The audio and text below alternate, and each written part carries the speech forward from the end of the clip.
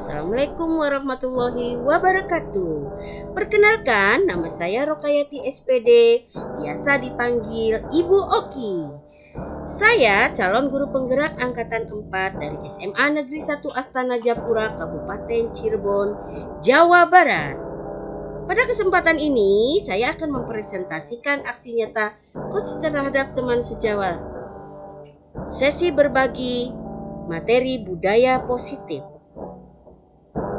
Pada kali ini saya akan berkolaborasi dengan teman CGP saya dari SMA Negeri 1 Astana Japura juga, yaitu Ibu Gina Vandasari. Selain itu juga saya juga berkolaborasi dengan teman-teman saya dari sekolah SMA Negeri 1 Astana Japura. Mari kita simak videonya.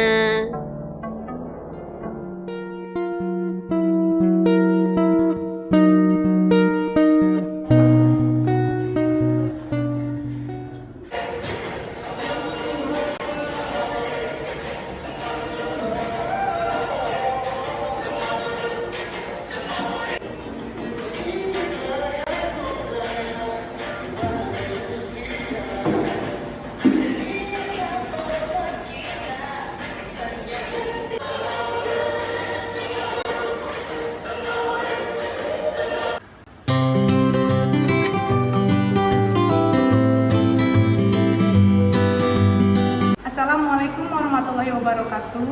Waalaikumsalam warahmatullahi wabarakatuh. Selamat pagi hadirin semua.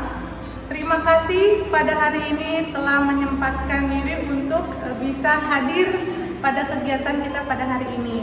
Puji syukur kita panjatkan kehadirat Tuhan Yang Maha Esa karena telah diberikan kesehatan agar bisa mengikuti seminar aksi nyata penyampaian paparan modul 1 hingga 4 budaya positif. Di sini kita memiliki dua narasumber. Yang pertama adalah Ibu Oki dan yang kedua adalah Ibu Gina. Untuk kurikulum kita Ibu Oki, yang pertama beliau bersekolah di SDN Gegesik Kidul, SMP-nya di SMPN 1 Gegesik, SMAN Palimanan, IKIP Negeri Malang jurusan PKN, dan sekarang sedang menjalani S2 jurusan Manajemen Pendidikan. Kemudian beliau juga menjadi guru sudah 22 tahun. Jabatan yang diembannya, yang pertama Wakasek Sapras tahun 2007 hingga 2010. Kemudian Wakasek Sapras 2019 hingga sekarang, Ketua Adiwiyata tahun 2019 hingga sekarang, Ketua Tim Satgas Covid 2019 hingga sekarang. Untuk mengefektifkan waktu, kepada Ibu Oki kami persilahkan untuk memaparkan materinya. Bismillahirrahmanirrahim. Assalamualaikum warahmatullahi wabarakatuh. Baiklah, sudah diperkenalkan oleh host kita tentang siapa saya dan kegiatan saya selama ini. Untuk mengefektifkan waktu, saya langsung saja ke materi. Materi yang pertama akan membahas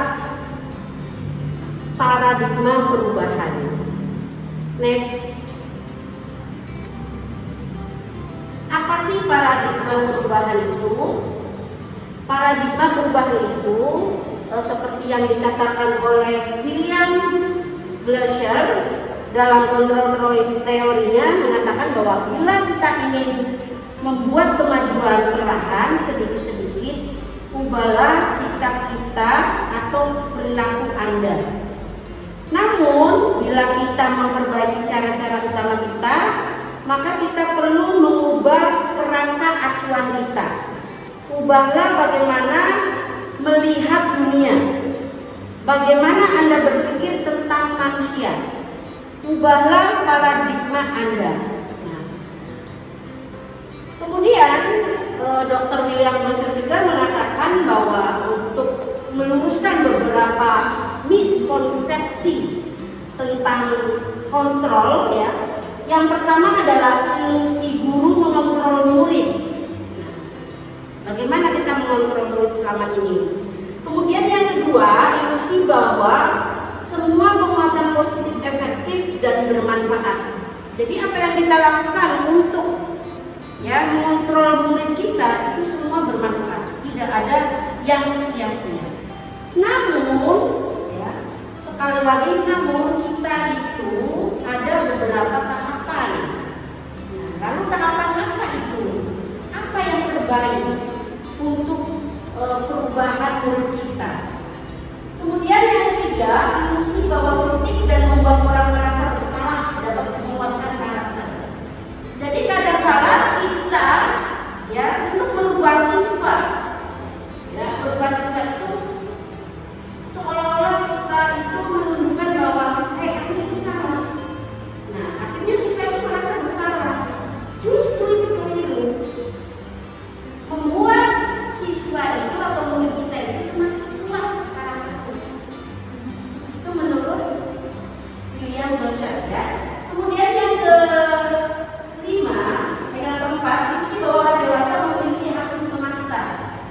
Nah ini kita juga sebagai orang tua ya, kita itu merasa dewasa. Jadi apa saja yang kita lakukan demi kebaikan anak ya, mencegahnya itu seolah-olah tidak memikirkan akibat atau efek psikologis si anak. Itu seringkali terjadi di dalam kehidupan sehari-hari. Belum posisi kita sebagai guru ya, sebagai guru untuk merubah ya atau mendisiplinkan murid itu kadang-kadang kita juga posisinya kurang tepat.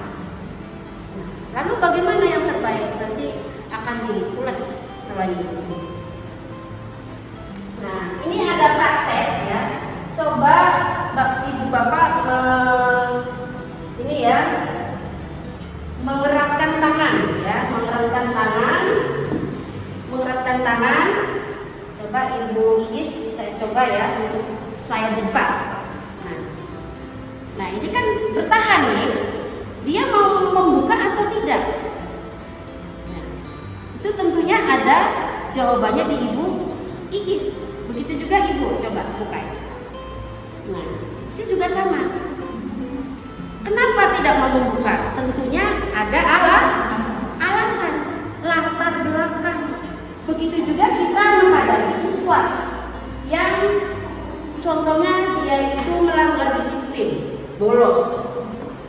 Besoknya lagi bolos lagi, ditegur lagi.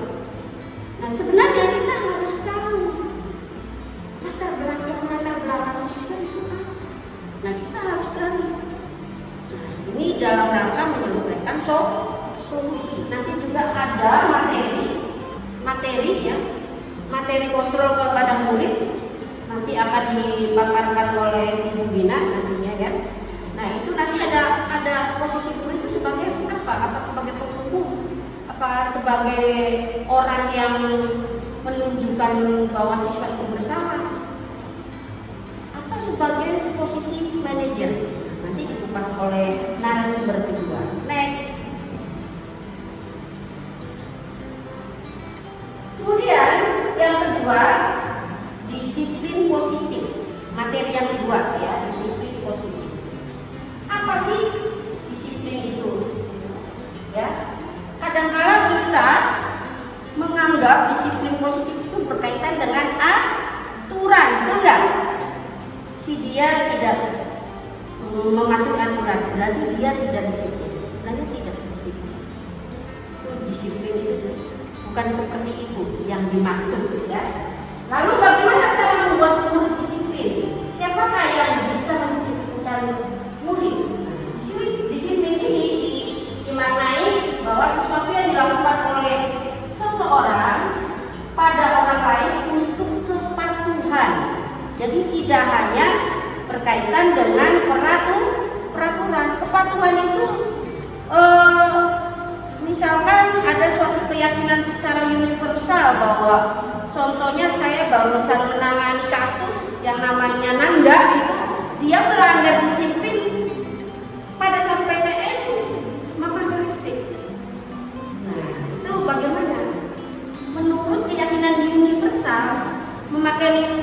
didengarkan tidak? Sopan tidak pada saat PTM? Tidak kan? Nah itu, jadi kepatuhan itu universal. Disiplin ini yang dimaksud universal. Kemudian Ki Hajar Dewantara juga mengatakan bahwa untuk mencapai kemerdekaan itu dalam konteks pendidikan kita, ya syarat utama itu harus ada pendisiplinan yang kuat. Nah, kalau kita disiplin yang kuat ini, yang paling kuat itu berasal dari diri sendiri. Bagaimana kalau orang tersebut tidak disiplin dari diri sendiri? Misalkan karena takut kumpul, kan bukan dari diri sendiri ya. Karena takut dihargai. Saya dihargai kepala sekolah, saya harus rajin. Ada karena dia, betul nggak? Nah, ada juga karena memenuhi kebutuhan dasar. Kebutuhan dasar, misalkan ingin mendapatkan, ingin mendapatkan kasih sayang, nanti itu juga akan didapatkan oleh narasumber kedua nantinya. Nah itu, kalau kita tidak bisa disiplin diri, berarti ada orang lain yang harus mendisiplinkan. Itu syarat, ya. Menurut Ki Hajar Dewantara. Terus apa sih yang memotivasi perilaku manusia? Nah di sini ada 3 untuk menghindari ketidaknyamanan atau hubungan yang Ibu sebutkan tadi ya, mendapatkan imbalan dan untuk menjadi orang yang mereka inginkan. Next. Ya. Keyakinan kelas masih Ibu ya? Masih saya. Oke, keyakinan kelas. Nah ini pertanyaannya, mengapa keyakinan kelas? Bukan peraturan kelas. Mengapa adanya keyakinan kelas penting untuk terbentuknya sebuah budaya positif? Bagaimana mewujudkan sebuah keyakinan kelas yang efektif? Nah ini di sini ada perbedaan antara keyakinan kelas dengan peraturan kelas. Apa bedanya? Kalau keyakinan kelas itu bersifat abstrak, universal. Ibu contohkan misalkan tidak sopan, ya kan? Tidak sopan, kemudian tidak rajin. Nah itu universal. Kan tidak ada tuh di dalam peraturan itu. Tidak boleh berbuat tidak sopan secara terperinci, kan nggak ada. Nah, kalau peraturan itu ya. Nah kalau peraturan itu lebih rinci dan konkret. Contohnya harus masuk kelas tepat waktu. Nah itu kan rinci.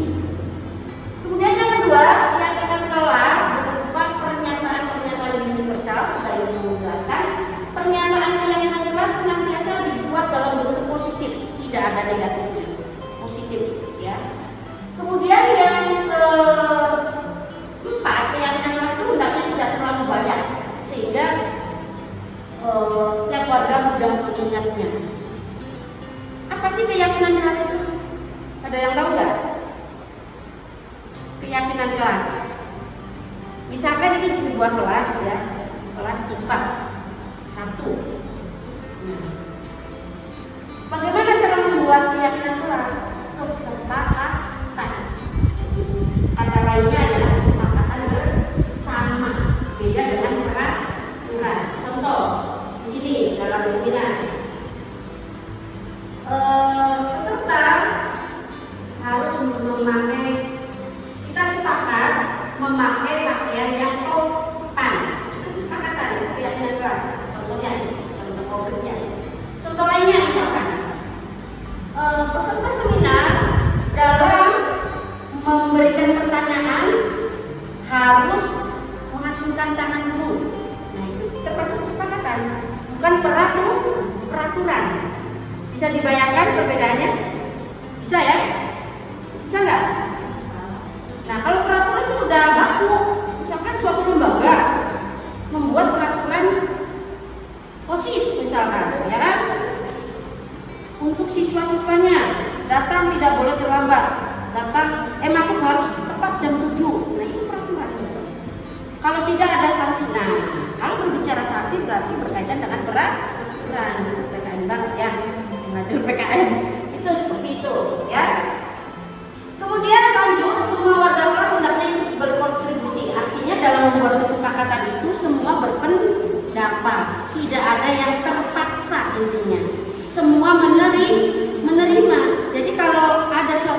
pembelajaran anak tersebut atau dalam satu kelas tersebut harus menerima konsekuensi. Konsekuensinya juga kesepakatan.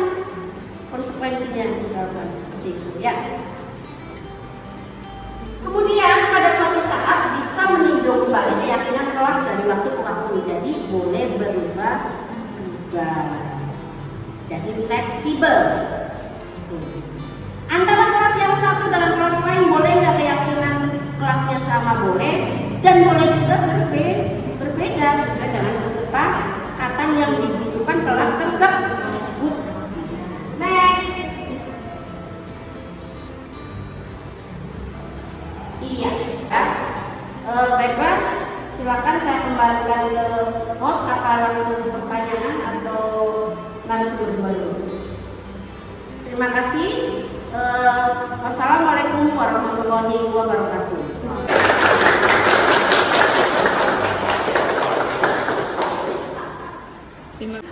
Sebelum kita melanjutkan ke acara selanjutnya, sekarang adalah waktu untuk coffee break. Silakan untuk dinikmati hidangan.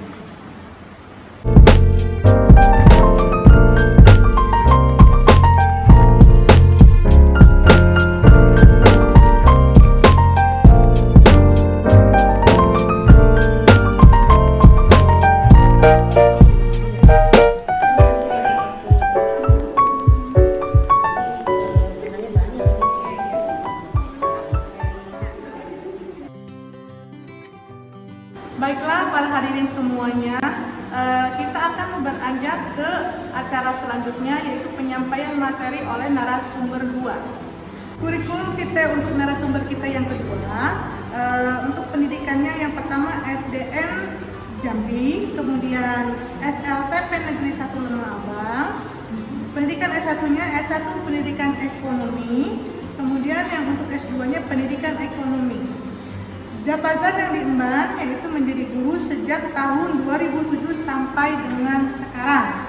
Baiklah, untuk mengefisiensi dan mengefektifkan waktu, kita langsung saja untuk narasumber 2 kita dipersilakan untuk memaparkan materinya. Silakan dipersilakan. Terima kasih atas kesempatannya. Sebelumnya, Assalamualaikum warahmatullahi wabarakatuh. Waalaikumsalam warahmatullahi wabarakatuh. Ya, alhamdulillah pada kesempatan ini kita bisa berkumpul seluruhnya di kesempatan yang sangat-sangat menyegarkan ya, di situasi pagi yang sangat cerah ini. Oke. Dalam kesempatan ini saya ingin mengajak rekan-rekan semua sekadar flashback kembali pada kebiasaan kita dalam menilai siswa atau kebiasaan kita dalam memahami siswa. Pada dasarnya ternyata siswa itu memiliki kebutuhan dasar sebagai manusia. Bisa dilihat di sana sudah dipaparkan dalam lingkaran kebutuhan manusia. Di antaranya isinya adalah yang pertama, siswa itu membutuhkan bilmi atau kasih cinta dan kasih sayang ya. Di dalamnya ada kebutuhan mereka untuk diterima oleh kita. Jadi ketika mereka memberikan stimulus seperti itu, kita harusnya mulai meresponnya dengan memberikan kebutuhan dasar mereka dengan cinta dan kasih sayang. Selain itu, di sana ada juga kebutuhan akan fun atau kesenangan. Sudah sangat terlihat sekali terkadang kita melupakan hal tersebut yang membuat pembelajaran di kelas dan komunikasi kita dengan siswa menjadi terkesan kaku ya. Kemudian selain itu ada juga kebutuhan dasar tentang penguasaan. Ini sangat tergantung dari bagaimana cara kita menyampaikan pada siswa dan cara kita memberi kesempatan pada mereka untuk memilih mana yang menurut mereka sesuai dengan bakat dan minatnya. Selain itu juga mereka ada tentang kebutuhan freedom atau kebebasan. Ini yang sangat-sangat mendukung sekali bagaimana siswa-siswi kita melepaskan kreativitas yang mereka miliki. Mereka bebas memilih, mereka bebas mengeluarkan pendapat menyalurkannya dengan perjanjian kelas yang tadi sudah dipaparkan oleh narasumber pertama. Terakhir, ada kebutuhan dasar manusia yaitu tentang survival atau kebutuhan bertahan hidup. Ini sudah sangat alamiah sekali, sudah tercipta sejak mereka dilahirkan. Next, yang selanjutnya adalah 5 posisi kontrol. Kita sebagai pendidik di sekolah harus memahami dan sangat-sangat menguasai 5 posisi kontrol ini jika ingin menciptakan budaya positif yang ada di dalam lingkungan sekolah. Posisi kontrol yang pertama adalah kita sebagai penghukum. Ya. Kita dalam dunia pendidikan sekarang sebaiknya menggunakan penghukum dalam situasi dan konteks verbal saja. Karena jika kita menggunakan hukuman fisik, hal tersebut akan membuat siswa menjadi merasa tidak mempunyai freedom atau kebebasan. Selanjutnya, posisi kontrol yang berikutnya adalah membuat orang merasa bersalah. Hal ini sangat ampuh sekali dalam menciptakan rasa ingin memperbaiki diri bagi siswa. Kita membuat mereka sadar apa yang mereka lakukan tersebut salah. Dengan kesadaran yang muncul dari dalam diri mereka sendiri, hal tersebut akan membuat siswa berinisiatif merubah kebiasaan mereka nanti di depan. Posisi kontrol yang berikutnya adalah sebagai monitor atau pemantau.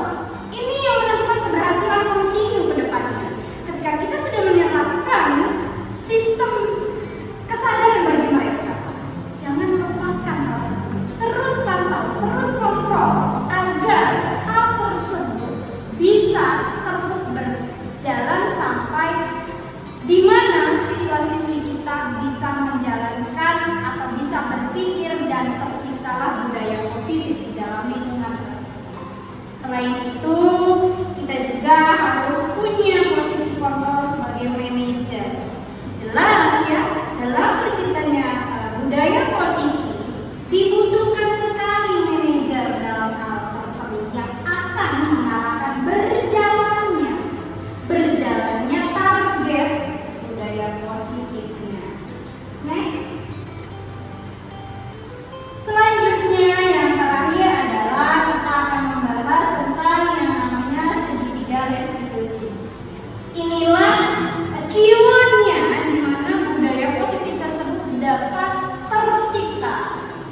Segitiga restitusi ini bisa menjadi panduan bagi kita para pendidik bagaimana pelaksanaan budaya positif itu lebih beruntun dan langkah-langkahnya tepat.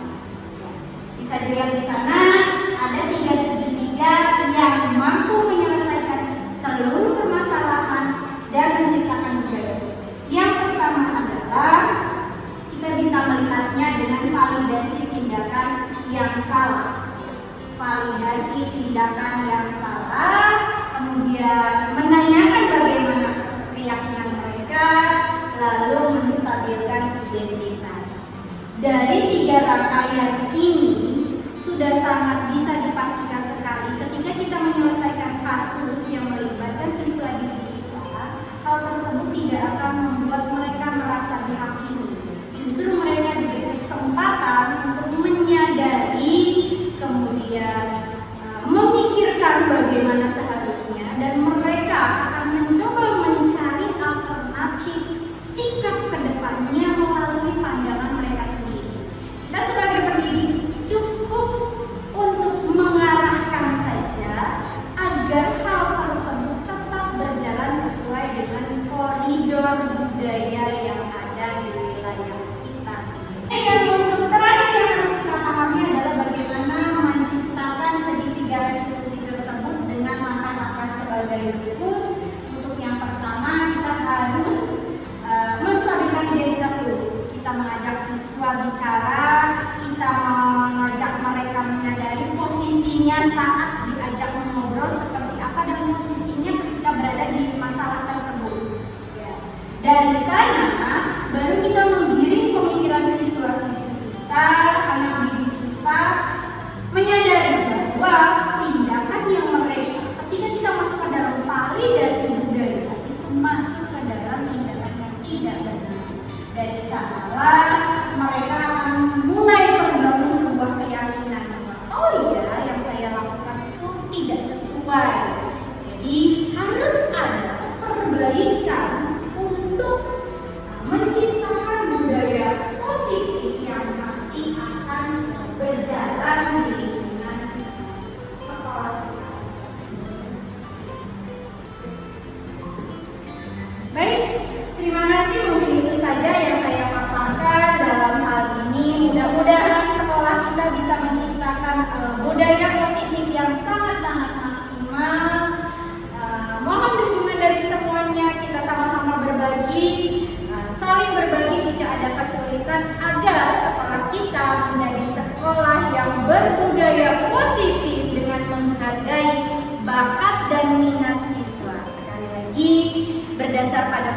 pemikiran KHD bahwa siswa-siswi anak didik kita itu bukan diibaratkan kertas kosong. Mereka adalah satu kanvas yang sebetulnya sudah punya bakat dan minat mereka sendiri. Kita sebagai pendidik cukup mengarahkan bakat dan minat tersebut agar berada pada jalur yang positif, lebih kreatif. Terima kasih atas semuanya, semangat belajar dan semangat menjadi pendidik yang memahami karakter siswa. Terima kasih. Assalamualaikum warahmatullahi wabarakatuh.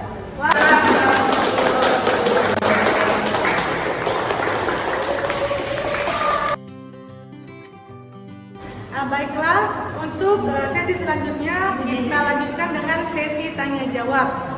Silakan para hadirin semua, ada yang ingin ditanyakan?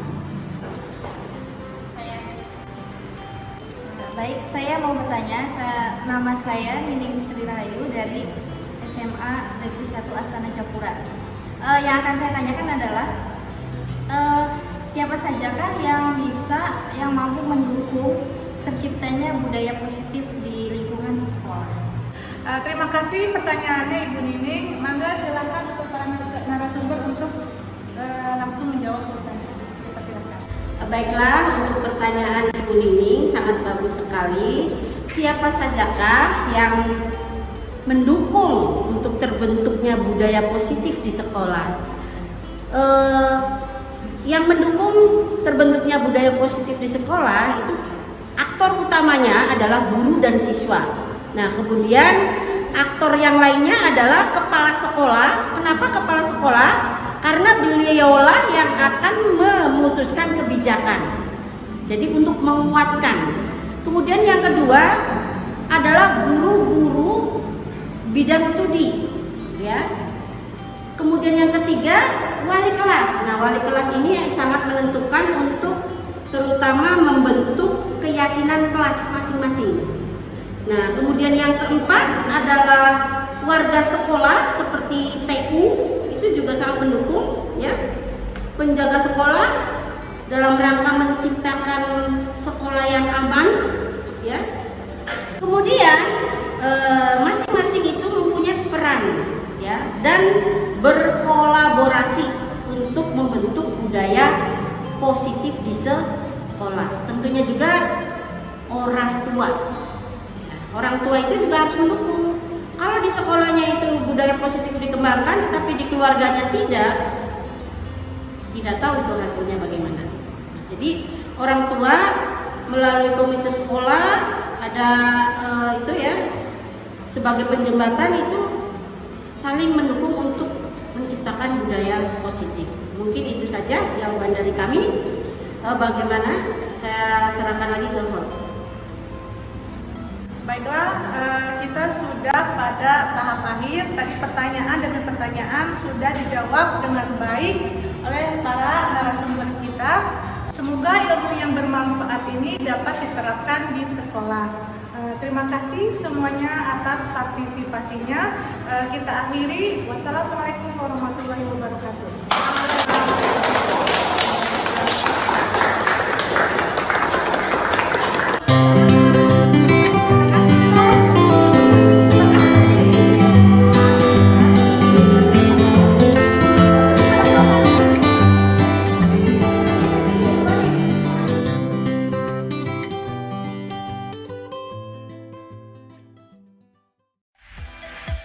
Demikian presentasi dari saya, semoga bermanfaat bagi teman-teman CKP lainnya. Wassalamualaikum warahmatullahi wabarakatuh. Terima kasih.